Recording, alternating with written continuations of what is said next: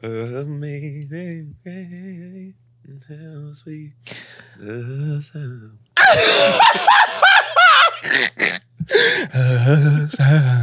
That's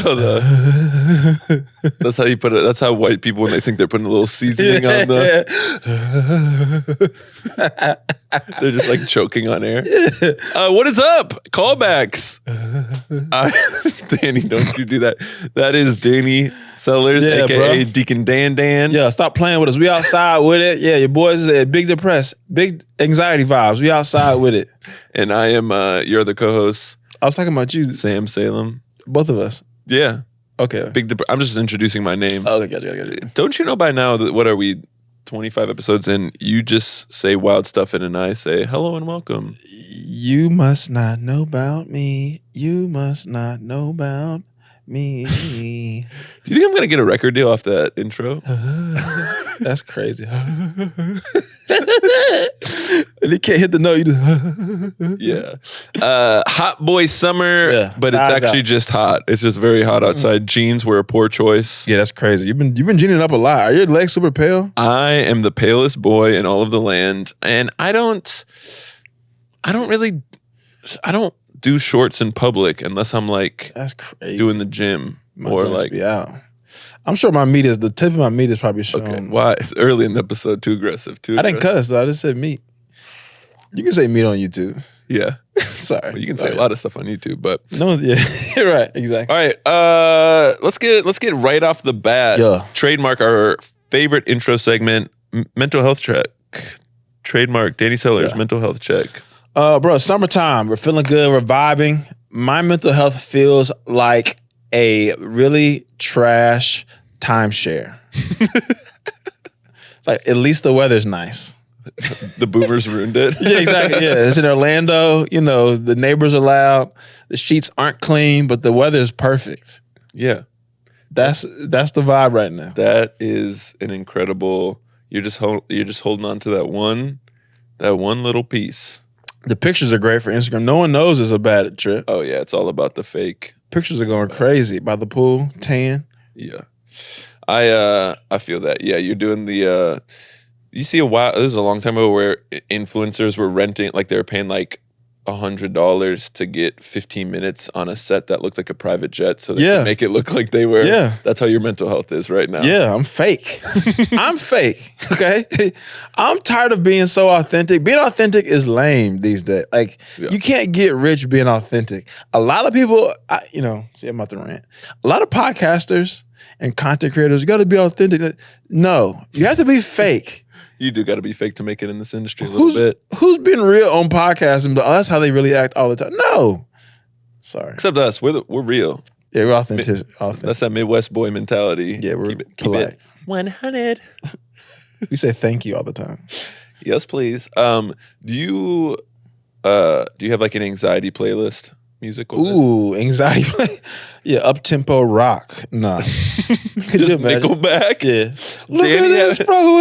It's just Danny having a panic attack listening to I want to be a rock star. Yeah, exactly. You know me, bro. Nah, man, I mean, I try to listen to like softer rap. Like it's rap, but it's like Larry June, like melodic rap. Yeah. That's kind of my or your boy's been listening to a lot of SZA. You don't know what SZA is? I just killed my ex. Yeah. Not the best idea. Yeah, not that song specifically, I guess. But the I be on my singing today. Not well, but I'm doing it.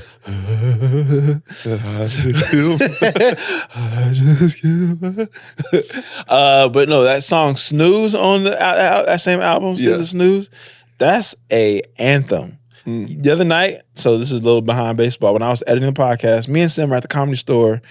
I left at like 11. Came home. The world famous Comedy Store. Yeah, world famous. You left at the right time. It was dry after that. I could feel it going on. I could feel it. Yeah, we were having fun, but I could feel like we could do this at you went out on top. Yeah, exactly. 100%. And so I was editing the podcast and Premiere, the program I used to edit it wasn't working. And I was like, I text Sam and said, bro, episode's gonna be late, dog. And as soon as I sent that, I played that SZA and brushed my teeth and went to sleep. Dental hygiene. Yeah. And the sound of a black woman singing. What more could you need? Do you feel I just had my best friend from high school is in town.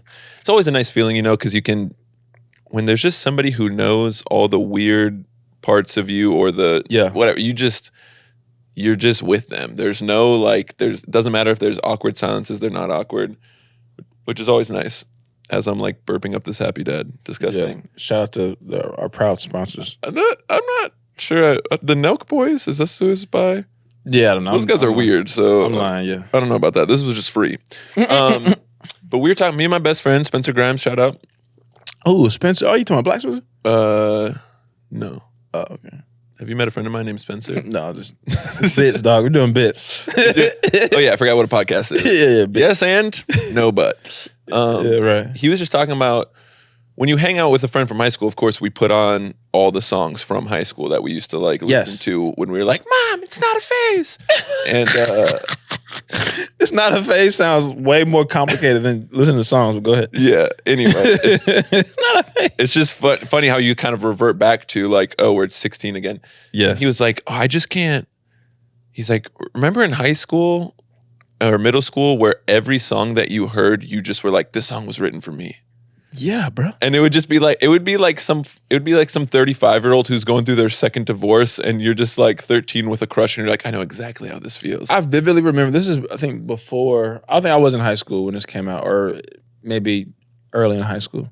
But when Love in This Club came out, bro, and at the dance, and that came on, I'm like, yo, I'm about to get somebody pregnant, not from intercourse. You mentioned this on I think with Devin on that podcast. Love in This Club was how much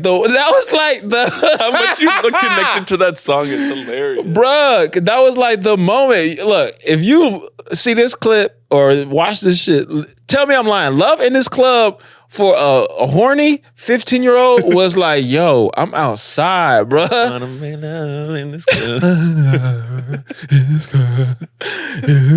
You're breathing heavy in this club, dog. Because you weren't under the influence. I wasn't drinking I'm sober. I'm raw dog sober. You're a good boy. And bruh, Love in This Club getting torqued on by some random somebody's daughter. Yeah, some little thick white girl at this predominantly white high school. Damn, that was crazy. Well, I just think it's funny. One, it is just funny when it's this song was written for me, and it's just it'd be it would be like me in the suburbs of Minnesota, and it'd be some rap song about overcoming the odds. I came out the mud. I'm like, I know how that feels. Get rich or die trying. Coach put me on JV instead of varsity. Yeah. But now, anyway, he was just saying I feel he's like, I miss that being able to connect to music in that way now as an adult. He's like, it just doesn't hit the same where my buddy Spencer I mentioned, he's like, it's Big Spencer. Yeah, big Spence. Yeah, Big Spence. Gotcha. Gotcha. And he was just saying I just feel like I can't connect, and I feel like I am an immature person, and that is one of the things that I am still in that phase where every song I hear, I'm like, that's so me, and literally it'll be some little 20-year-old next Taylor Swift who's like, we're gonna get an apartment, and by 20 we'll paint the walls together. And I'm like, dude, so true. And I'm at Lowe's buying a ladder to bring home to my wife. I'm just this song is definitely music, bro. My creative process now, I've written some of my best jokes listening to music driving. Movement and music is my brain fires a lot more. That's my thing. I'll go work out, listen to music. I'll think of jokes when I'm working out. Right. I'll think of jokes when I'm driving. And even now, as of late, being single again, I've been listening to a lot of songs that I was listening to when I was on Demon Time when I was single. Demon Time? Yeah, reminiscing on Future, Dirty Sprite 2. Dirty Sprite, 2014, 15, Dirty Sprite 2 was you'd be listening to that March Madness. March Madness, bro. Them moments from damn, bro, or just stuff from even college. Yeah. I listened to Take Care by Drake yesterday, driving back from Joshua Tree. Bro, if you go through a messy breakup and you start listening to Drake. I mean, I will always listen to Drake. Yeah, but some of those specific it's sassy. songs, it's a little bit too sassy for sure. It's over for you, hoes. Sam, you can't say that. Yeah, bleep that, Future Danny. He's not gonna bleep it. No, that's definitely stay. You can say hoes. My dad doesn't like it. Sorry, Dad. Love you. But it's spelled different when we say it. Yeah. Yeah, it's more like a colloquialism for human beings who we respect. Yeah. Yeah. Don't scare the people. Yeah, don't scare the people. Yeah, don't scare the people is disgusting. But yeah, bro, those little jams. Loving This Club is. If I ever make a movie and it's a flashback to me in high school, it's gonna be you. It's gonna be little horny, skinny Danny, 6 foot, 140 pounds, getting danced on by Loving This Club. Just sweating. Yeah, that's awesome. Panicking. That is funny. As we wrap up our intro segment, I don't. So, as most of y'all know, if you listen to this podcast, Danny and I do stand-up comedy. I don't think I've ever written a joke like where I just actually sit down. Like, there's so many comedians who are just like, "Oh, I sit down and write." I'm like, every like, all my like heavy hitter jokes that work really well. It's either I was driving in the car, just in a flow state, listening to music, and my mind wanders, and it's just like, you know, I'm crashing the mailboxes, not paying attention to what I'm doing, and it's just like, oh, here's an idea, or it's like a conversation where you like I'm with someone funny like you and you just riff. Yeah. I cannot imagine the people who actually are like, and now I'm going to write jokes. I mean, I probably need to do that to take it to the next level. Yeah, I mean, I think some of that is, we were talking about before you walked in, is our stressors or whatever. And like when you're when you're rich, there's so much more time to do things that are productive because you don't have to, the mental capital you spend worrying about stuff is spent on other stuff. Right. So like if you're a touring comedian, you have a routine and your finances are good, you're chilling. It's like you can wake up every day at noon and say, I'm gonna write for 45 minutes, just write stuff. Because I don't have to fucking go into WTF Media and work, or I don't have to edit this thing, or I don't have to go substitute teach. You just are a comedian. You can kind of focus on those things. Right. So I think that's part of it to a degree. I know people that do write. But I think also sometimes maybe us being athletes and we're kind of used to performing in front of people. Right. I don't know if, at least this is me, I don't get as nervous performing in front of people. So my brain sometimes, it's easier for me to think of new stuff because I'm not like, I don't have that stage fright of like, oh, I'm in front of people. Yeah. So I'm just trying to get my stuff out and go. Like I'm kind of having fun up there. Right. And I think that's part of it. Because a lot of times I'll just write or think of a premise when I'm in that flow state, driving or working out. And then it's really just a sentence. And then I don't know really the rest of it until I take it on stage, actually. Right. Yeah. I'm the exact same way.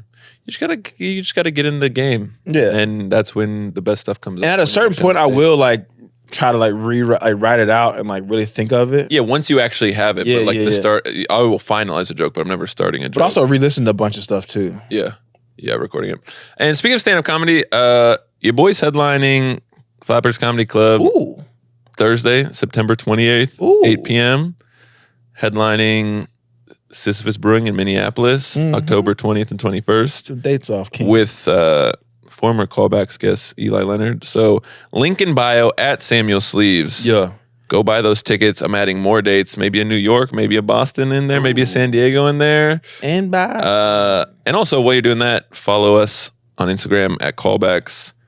Leave a review. More reviews would be great. A few of you have been DMing. I know. Oh yeah, we got to show some of the DM. We've been getting some DMs. Before you get those pulled up. Also, if you're at LA, August 28th, we're taping a special at the High Low, 8 p.m. It's all in my bio as well at followsellers.com or at followsellers.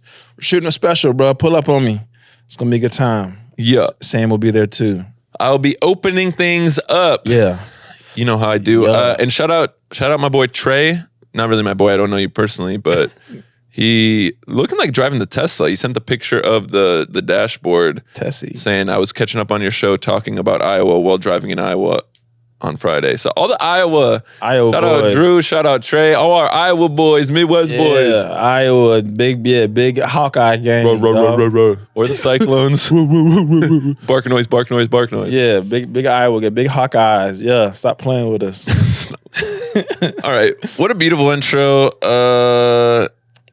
It's just us two today. Callbacks. It's just us two today, hanging out, friends.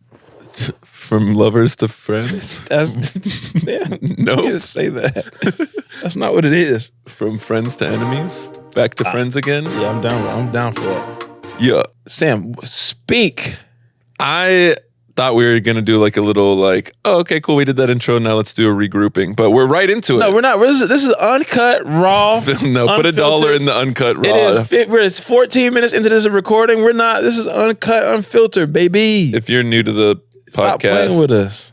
If you're new to the podcast, anytime Danny says uncut, unfiltered, raw, he owes $1 to the swear jar. Yeah, I'm sending it Those to are the his swears. United Negro Foundation of Danny Sellers. Yeah. Man, I'm so tired of not having a lot of fucking money. This is unrelated to whatever you were about to say. Okay. That's just, it is what it is. Yeah. This is I'm feeling chaotic. Can't relate. That's so funny. I wouldn't shake your hand with a broke hand. Talking shit. I'm not mad at you having money, Sam. I like that. Just kidding. I'm happy not that. I don't. Yeah. You have money. It's fine. I have a house. Yeah, you have money. So I have value for sure. That it is a thing of like moving from an apartment to a house. Like the mental health does. Mine's bad for other reasons. Like I mentioned, like my mom's in hospice right now, and there's a lot of like just crazy, heartbreaking stuff going on. But like in terms of the house, it's like, oh yeah, when you have room to put out your toothpaste and your toothbrush charger and your face wash, so then you actually wash the face. It's just like, oh, everything has a spot. It's like, oh yeah, you feel. That's what life is kind of supposed to be. I don't know. It's kind of awkward though. Danny won't come down to my house to hang out. So first of all, it's far. Second of all, I haven't gotten the invite. Third of all, you haven't even described the vibes of like what it's going to be. The vibe. And you're not even here. You're never here. The vibe is, you're right. I've been, sorry, I'm a road dog. The vibe is Mr. Moneybags. We're in Los Angeles. This is for all our Midwest counterparts, gang, colleagues. And actually, tell us where are our listeners at? DM us. Tell us where you're listening from. But Danny and I, obviously, Midwest boys from the Midwest, being in LA, me and my wife do want to have a housewarming party. And this is like how LA messes you up. Like, the theme, I was just telling Danny this off mic, the theme for the party we're going to have is a night in the suburbs, and we're going to get Costco pizzas and Doritos and like Bud Light and like probably dilly bars or something. Yeah. And Danny's like, that is fire. And it's just it's like, LA is just like, you have to try so hard to be like, let me get my streetwear on. Let me go to the coolest place. It's like, no. Let me use an air fryer. Bruh, I will say, air fryer is so specific. I'm on my air fryer sweat. Random. But I will say, LA is a lot of, theater kids. This is pretty much the land of theater kids. Yep. And I've seen a lot of like themed parties out here. Mm-hmm. And it is sometimes just like kind of weird. Like this is a lot. But it also is kind of fun.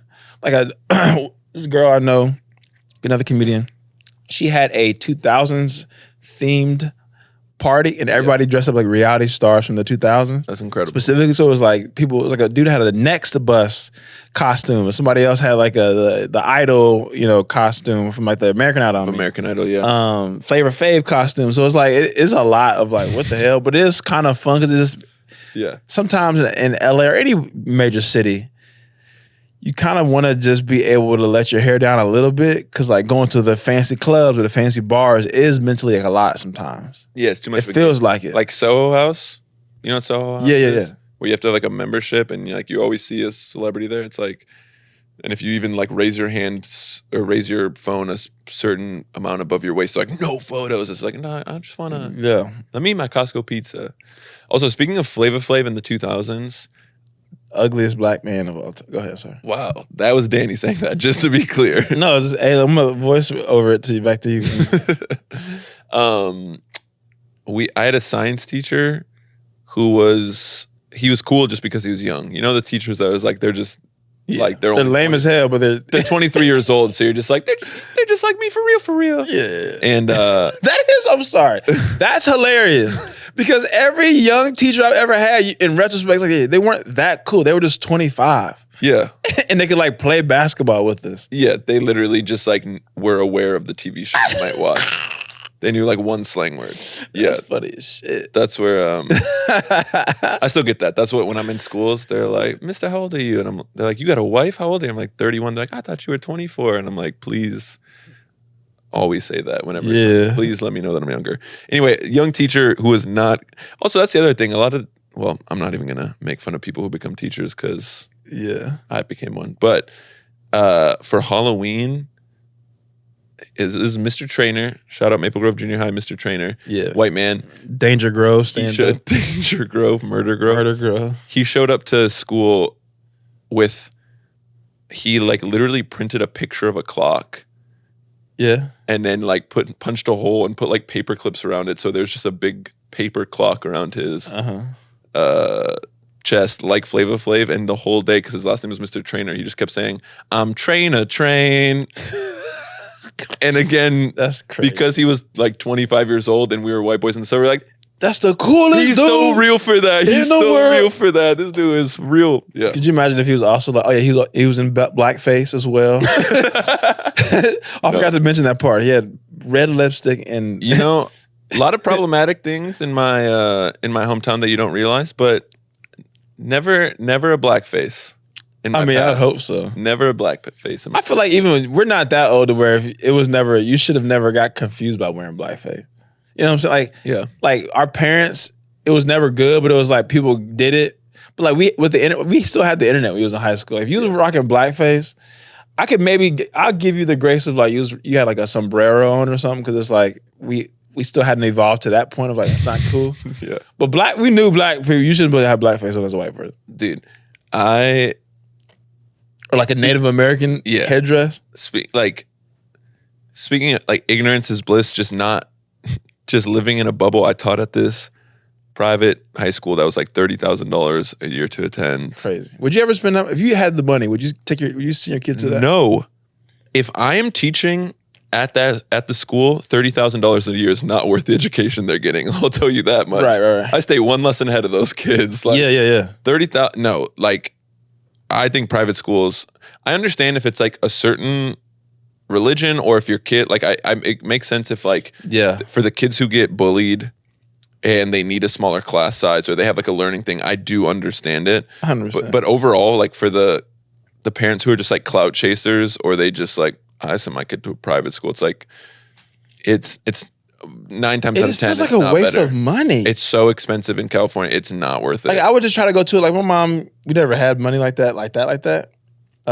Ever to be paying for. We never had money for private school money. Anyways, but she used to always put us in good school districts. So it's like you didn't necessarily need to be in private school. Yeah. And I just don't feel like I hear a lot of success stories like, yeah, I did well because I was in private school, in high school, in college, or going to good college, sure, or whatever. Especially if you want to be like I mean, the kids who are successful out of private schools and high schools, it was more just their families were super wealthy and had connections. It wasn't actually like, I'm learning so much. Yeah, I went to the best private school. Unless it is like a specialized, like, you want to go to like some like performing arts. Yeah, right. I get that, but like, anyway.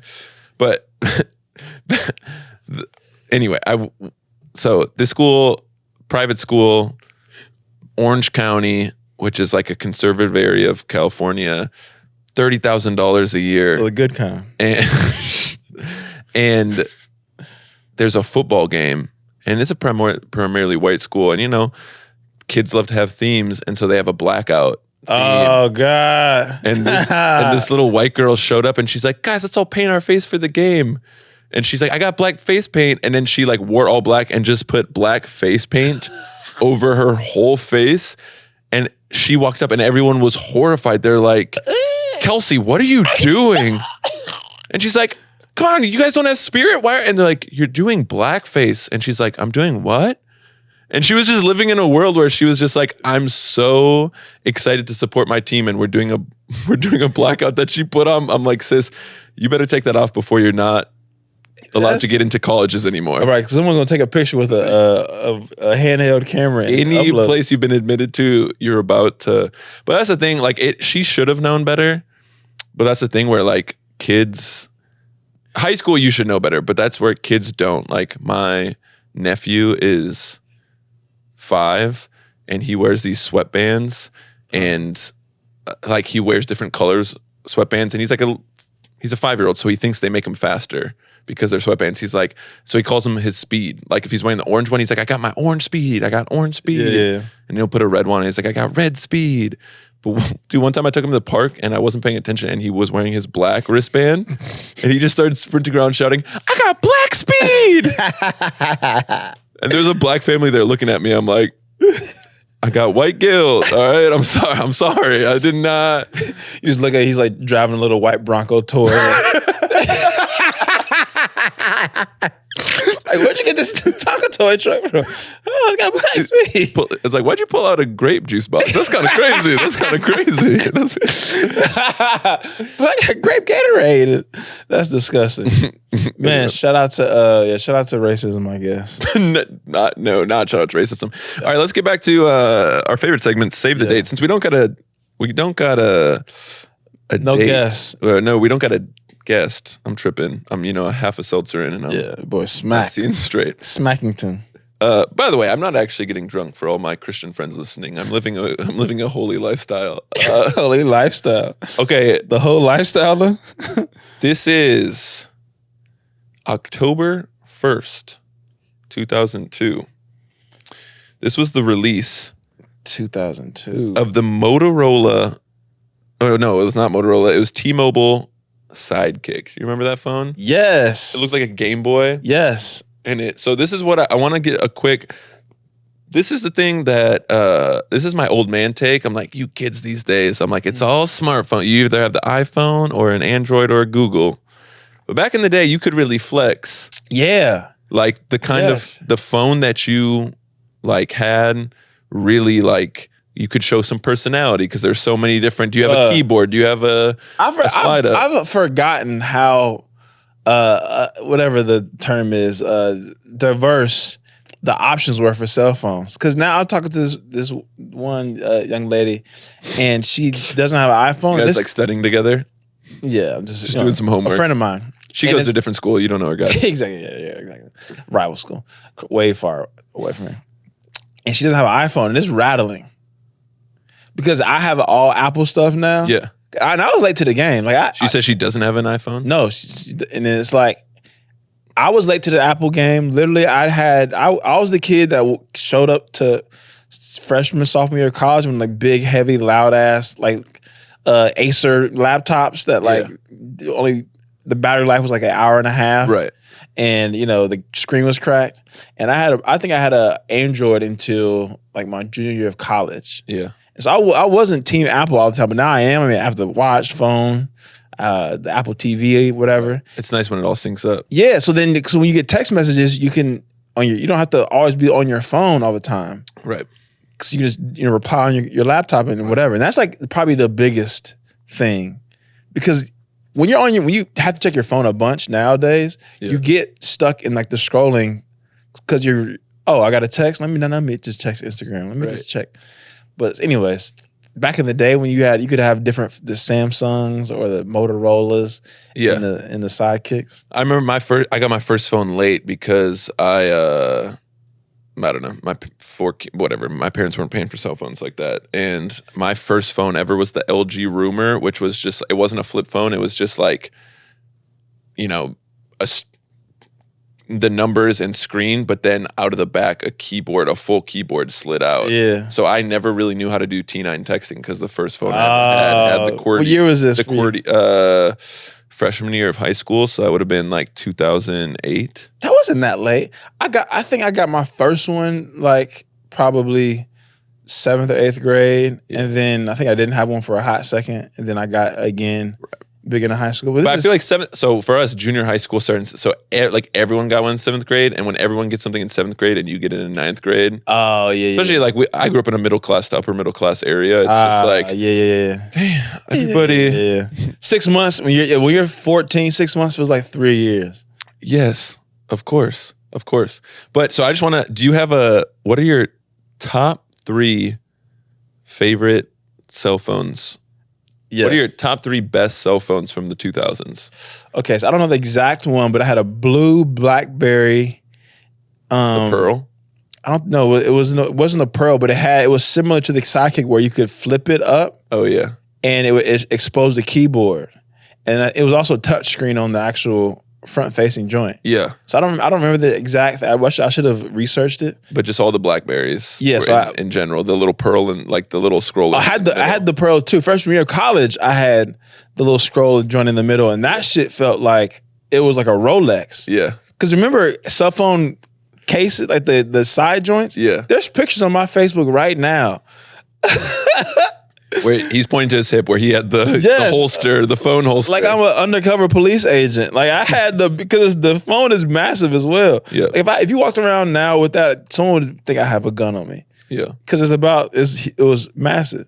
But I had that joint and that was nice because you had the full text thing. And I think it was like the beginnings of being able to get on the internet on your phone too. So if you had Wi-Fi or whatever, it was like, I can get on Facebook on my BlackBerry. It's up, you know? Yeah. And then I had the Razor. That was okay. Like after the novelty of it, it was like, this is whatever.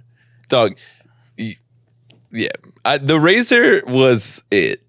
It was tight, but I feel like as far as what it did, it wasn't that cool. No, but that click sound when you flip it open and how thin it was literally just like the future is now. I've never seen a thinner piece of technology in my life. I have so much power. Yeah, that was and then I would say my third, which is not a actual cell phone, was the iPod Touch. Wow, there's a little curveball in there. Yeah, the iPod Touch was like that was a massive thing. Yeah. Cause back then, all right, so because I had like the spinning wheel iPhone, right. iPod. Like the iPod Nano or the iPod, the full joint, whatever. I'm also sidetracked. When I go on vacation, I might go buy me an old iPhone or iPod with music on it and like take that out when I leave the house and like not have a cell phone. But this is for mental health reasons. Yeah, mental health reasons. Yeah, to get off my phone. But anyways, the iPod Touch was fly because this is also prime LimeWire time. Ooh, so you could download, and I'll never forget the first videos I had were Dave Chappelle sketches on my iPod. Yeah. The Sam Adams, the Mad Real World sketches. So you could like look and like it was in HD. It was like, this is the coolest tech. I can download videos and little movies on my little touch. That was crazy. The iPod Touch was a moment. Like it was just like, look at this app. It's a lighter. Yeah, you're right. And it's like, what's the point? It's like, literally, you just swipe your finger down and the lighter flips open and lights. Yes. And you're like, okay. And your parents would just be like, I don't get it. You're like, yeah, you don't get it. You're right. This is the coolest thing ever. Or like there was like the trash wastebasket where the wastebasket would move around and you'd flick a little, the game. You'd flick a little crumpled up piece of paper and there'd be a fan, so you'd have to adjust for it. Yeah. And you're like, this is peak entertainment. Do you remember when it was the iPod Touch, but when they first had external speakers? Like that was the thing. When because before it was a CD player, you always had headphones. Yeah, you could not hear it unless you had your headphones. Yeah, you never could communally share music. And of course the speaker wasn't great, but like you and me sitting here at a table eating dinner or whatever, like for the first time in this own encapsulated thing, you could just like play music out loud. Yeah. Like that was like we've taken those things for granted. And I'm sure if there's a 14-year-old here, they'd be like, what the fuck? But like for a long time, if you had a massive boombox type situation, or you had headphones. Yeah. And now in this little, it's crazy. Yeah. I remember specifically this kid Andrew in my class being like, I just thought of the sickest invention ever. You have your iPod and you have a little jack that plugs into the headphones, but it's really just a CD slot. So you can put the CD in and it downloads directly to your iPod. Because it was so often that your friends were burning your CDs. You take the burned CD, you put it into your computer, you upload it to the computer, you put it into iTunes, take it from the iTunes, put it to your... And he was like, dude, wouldn't that be like the craziest now? And now you can just literally like airdrop songs. But I also miss... Look, there's too many rappers out here and too much music. I wish it was harder to make music like it used to be. Yeah. I wish it could, because it would stir away a lot of this shitty music. I feel like if you really we need to gatekeep people more, is what I'm trying to say. Gatekeep, gaslight, girl boss. Yeah, exactly. We need more girl bosses, a lot more gatekeeping, because there's a lot of trash rap music. Like this summertime. Yeah. And I like rap. There's no summer anthems right now, rap is crazy. Yeah. Yeah. I feel you. Now, you can't, maybe like there's some Ice Spice little like TikTok-y joints, but like as far as anthems. Who's that one girl that's all over TikTok where it's like, hello, Christ, I'm about to sin again. I said I love you to that man, but I'm not feeling him. I haven't seen it. That's a banger. You should check that. Everybody check that out. I don't even know what it's. Is it Ice Spice? Maybe it sounds like. No, it's not. It's like a duo, and like it's like a big TikTok thing where they like every McDonald's like come because the music videos are sprinting. They're like come do it in our headquarters, and then Chipotle is like come do it in our headquarters. So anyway, so you gonna ask me what my top 3 favorite phones of that era are? Oh, you want me to? Might be cool for a clip or something like that. All right, Sam. All right, feature Dan. Sam, what are your top 3 cell phones of the 2000s? Saying like a robot. Yeah, this is AI pod. This is not real. Okay, 1, the Sidekick. Yeah. The fact that it looked like a Game Boy Advance and you could like flip it open and it was like, like kids would just walk, like talking about acting like you're flexing a Rolex. Like they would, like kids would just take it out of their pocket. Like, oh yeah, no, I'll text them. And you'd be like, damn. But I feel like also every kid who had a Sidekick also like has been put in a holding cell for like weed possession or something small, like just like something like petty crime. Yeah, you're right, 100%. And then the Razor. Yeah, Razor was a moment. Again, the Razor was just it was a moment. The future is now. And then the LG chocolate. You remember that? Ooh, what did that look like? It was just like a little tiny, but then it slid up and they had it in like black. I think I had one of those too. Or light blue. Yeah, and it was just like all the bad bitches had LG chocolate. Sam is fucking talk to him nicely. Well, you know what's so funny? This is messed up. I had so many of those cell phones because our phones get cut off. So we would just like go from one carrier. Just wasn't paying the bills. Yeah, just like one carrier to the next. We would just like every damn near after like 10 months, we just have a different. Oh, we're going to T-Mobile now. Now we're Singular. Now we're fucking Verizon. Cricket. Yeah, Cricket. Rock bottom was Cricket. Yeah, that was definitely rock bottom, Cricket. But I had the chocolate for sure. At least somebody, and I also had siblings. So if I didn't have it, one of us had damn near any phone. Yeah. And remember when phones, you could, like the Nokias, where they would fall on the floor. It would disperse into like 8 pieces, but then you put it back together and they would like work. Well, the Nokias could survive a nuclear warhead. Yeah, 100%. The brick phone, they're so durable. And if it, honestly, to my earlier point, if it's not an iPod or iPad, because there's still apps on that, I would just want like a basic flip phone. If I go on vacation, like someone needs to hit me or text me, they can do that. But a phone with no apps, yeah, like a physical camera to take pictures seems like a dream, bro. Yeah, definitely. I remember, speaking of like siblings and phones, remember there was always that one kid at like middle school or high school who had to share their cell phone with their older sibling. Yeah. And it would be like, yes. She'd be like, okay, you text me, but not on Tuesdays because that's my older brother's day to have the phone. And if he finds out I'm texting a boy, oh, bro, then and it should be like, bro, just don't make either no phone or give both your kids a phone. Don't make siblings share a phone. I don't think it's much of a phones are more ubiquitous these days, but that was definitely a millennial struggle. And there's different ways to text and call too. There's apps, there's social media, free social media. As long as you have Wi-Fi, you can communicate. Before I had my phone, my mom would like give me hers when I would go out, just so like I had like, communication, and then it'd be 10 cents a text. So she'd be like, "Oh, you texting 7 times?" Yeah, 77. I remember when Texas came out, and I'm old enough to remember like, why would I ever want to write words to people instead of talk to them? I remember like as a kid having that thought, like, what's the point of this? Right. But then there's limits like, oh, I only get 500 texts a month. Yeah.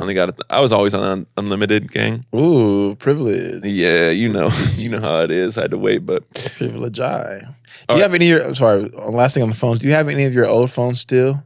I found my LG Rumor, the one with the QWERTY keyboard, and no charger though. And I looked it up to like on eBay, you can buy a charger for it. And I thought about it. But I'm just gonna be mortified of like, it's disgusting like, work. At 9th grade, like so I was that's the kids. I had 0 rizz. Yeah, I was a loser. And I didn't kiss a girl till after high school. But it was because I had like not to get too deep into it, but I was just self-image issues because there were definitely girls that liked me back in the day, and I was just like, but I was horrified to like actually talk game in real life. But of course, texting. I was still scared, but I would like to, I remember 9th grade, me and this girl would literally, the moment we got home from school, would like text. Damn. And then be like, all right, see you at school tomorrow, and then see each other at school or whatever. And I remember being like, all right, I really like this girl, and I gotta be a little more bold with my text. Yeah. So I was just like, I think you're a cutie. And I was just like, I thought I was being like, oh, I'm going crazy with this one. And looking back, it's just like, oh, bro, I remember, brother in Christ. I looked back at I might have said this on the pod before, but I looked back at my MySpace messages like probably 3-4 years ago, and I was mortified.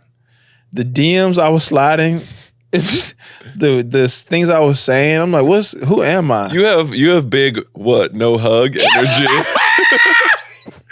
That's the way you would flirt with girls. Oh my God. Hey, I can't get a hug. I can't get a hug though. I seen you earlier. I couldn't get. That's crazy, bro. Horny 16-year-old Danny this DM going crazy. DM me, bro. I know I was doing stupid, bro. Oh my! And then the text. Sometimes I'll look at my old text messages too. My bro, I was saying some outlandish stuff.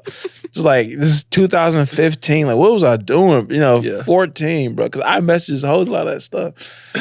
Oh, bro, just saying the wildest stuff now. But these days now, bro, like look, I'm not a texter anymore. I'm single at 31. You're not gonna catch me. You're not gonna catch me on no what's his name, Jonah Hill shit. Whatever I say is gonna be in person, and you can roast me in person.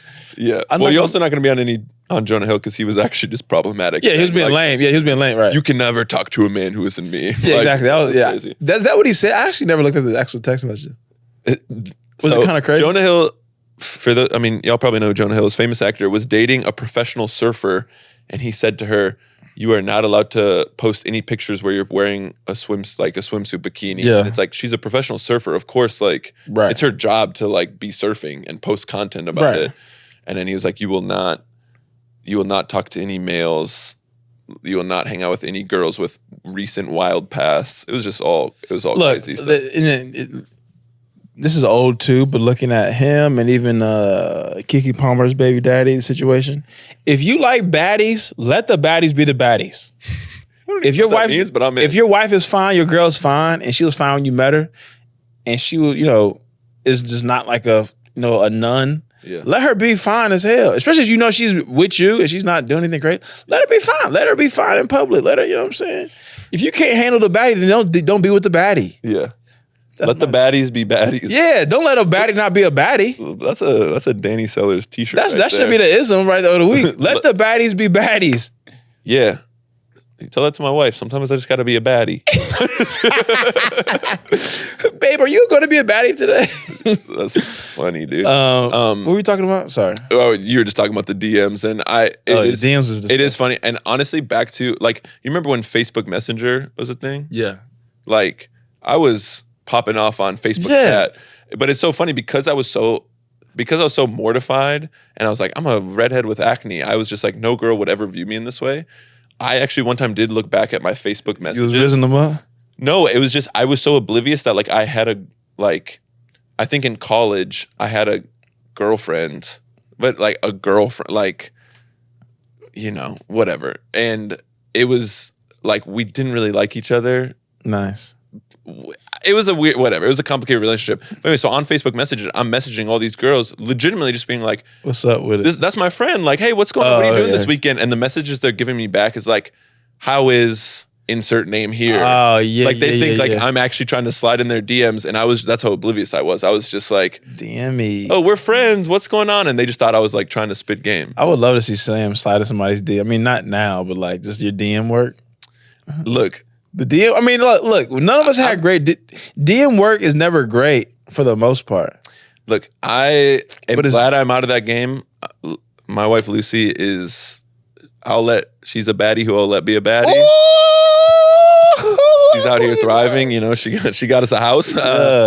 But I think now, knowing what I know, I think if I was out in these streets, my DM game would be, I would be putting up LeBron numbers. Ooh! Year 21 LeBron or year Miami Heat LeBron? I would be black mask for the broken nose, putting up LeBron numbers. The post the decision LeBron. I feel like I'm like, ooh, I don't know where I'm at in my DMs. My I don't have good DM rizz. Yeah. My shooting percentage is bad, bro. Dude, you just need to be You just need to be J.R. Smith, high volume. That's okay. I'm just so self-conscious about looking crazy. Well, yeah, I mean, I think, and I'm also not thirsty too. That is a good thing too, because there are too many of the male species that are just going a little too crazy. So I think the Yamins are appreciative of you not going too crazy. And I'm trying not to, and I'm really refraining from the dating apps too. So I'm just like, I don't want to really do the apps. Yeah. Should we hit him with your ism? Yeah. Oh yeah, my ism this week. This is the part where isms is Danny giving his life lessons. If you're new to the program, go ahead. My ism this week, and it's more of a self-reflection, is that one of my biggest weaknesses is that I can't accept help easy. Toxic king. No, it's just more so maybe me being too proud, or me being wanting to just get stuff done. But it's really hard for me to accept help from people. Right. And whether it be, I mean, Denisha was just here, a coworker, producer, homegirl, friend, and was like, I'll help you edit. And I'm like, she offered this multiple times over. I'm just like, don't want to offer it to her. Yeah. Because I just feel like I'm taking from her. You know what I'm saying? Maybe it's some partially. No, you do the same thing for her though. Right, exactly. Yeah. And even with this special, like friends are helping, and I'm paying people too. But it's just like, damn, bro. Like, I feel bad for having, like, yesterday we had to drive, me, Madison, and my boy. I don't know if you met Jeremy, but he's going to direct this short part of the special. White Jeremy. Yeah, white Jeremy. Both his parents are black though. But we all drove out to Joshua Tree and a location scouted the spot. And I'm just like, originally, I think Madison was supposed to be there already just because she's renovating this house, and she wasn't. And I just felt bad. I just took your whole afternoon pretty much to do this thing. And it's like, I'm helping her with her thing too, but even still, in my brain, it's just like, I don't want to take from you. Right. So it's just a real thing. I think a lot of us, especially if you're a creator, be okay with asking for help from others. And accepting it for sure, even when you're not asking. I think that's huge in life. Like, personal belief, I feel like we're designed for community. You're not meant to do it on your own.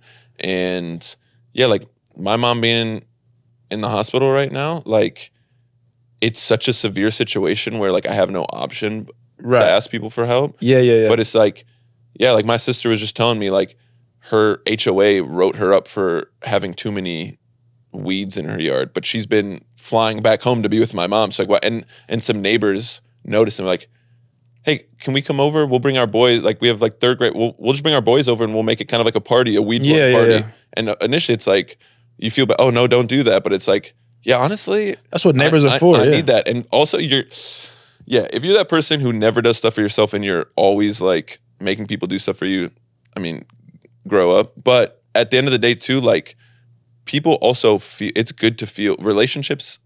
It's good to feel needed sometimes. It's good to feel like, oh, I just did something nice for somebody else. Yeah. So I'm a big proponent of like, when people offer help and you know they genuinely mean it, take the bump on that, because most of the time you'd be willing to do the same thing for them, and you will do the same thing for them down the line. 1,000%. Yes, it's a realization I just came up really the past like month. I'm like, bruh, people want to fuck with me and help me, and I'm just like so in my own little world, and I don't know if it's just like me just wanting to prove people wrong more than I need to, or me just knowing what I can control and just like, look, this is what I can control and this is what I'm self-contained. Yeah. But it's like not healthy, because it makes life twice as hard, especially doing this stuff we do with comedy and needing people to help and needing favors and all that kind of shit. We don't always have the most money just to pay everybody. So it's like, you can scratch your back and scratch mine. We can get stuff done. It's like pivotal in this space. Yeah. So it's like a realization that I needed to get over. Yeah. Amen, brother.